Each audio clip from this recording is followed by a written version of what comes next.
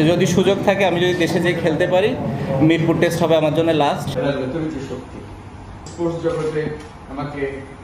Cricketer Shakib Al হাসানের অবসর সিদ্ধান্তে এবার মুখ খুললেন প্রধান উপদেষ্টা ডক্টর ইউনূস।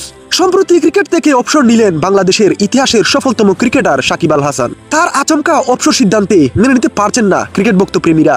সাকিবের অবসর সিদ্ধান্তে খুদে সাকিব ভক্তদের কান্নার দৃশ্য সোশ্যাল মিডিয়ায় চোখে পড়ার মতো। এবার ক্রিকেটার সাকিব আল হাসানকে নিয়ে প্রধান উপদেষ্টা ডক্টর ইউনূস বলেন, সাকিব বাংলাদেশের মূল্যবান একটা সম্পদ, ক্রিকেটে তার অবদান অস্বীকার করা যায় না, এমনটাই মনে করেন ডক্টর মোহাম্মদ ইউনূস। যদিও ব্যক্তি সাকিবকে তিনি পছন্দ করেন না, তবুও সাকিবের খেলা এবং দেশের জন্য তার অর্জনগুলোকে তিনি অত্যন্ত মূল্যবান বলে বিবেচনা করেন। সম্প্রতি সাকিবের কিছু সিদ্ধান্ত নিয়ে আলোচনা এবং সমালোচনা হলেও ডক্টর ইউনূস মনে করেন সাকিবের মতো একজন প্রতিভাকে সঠিকভাবে কাজে লাগানো উচিত, কারণ তার ভুল সিদ্ধান্ত হতে পারে।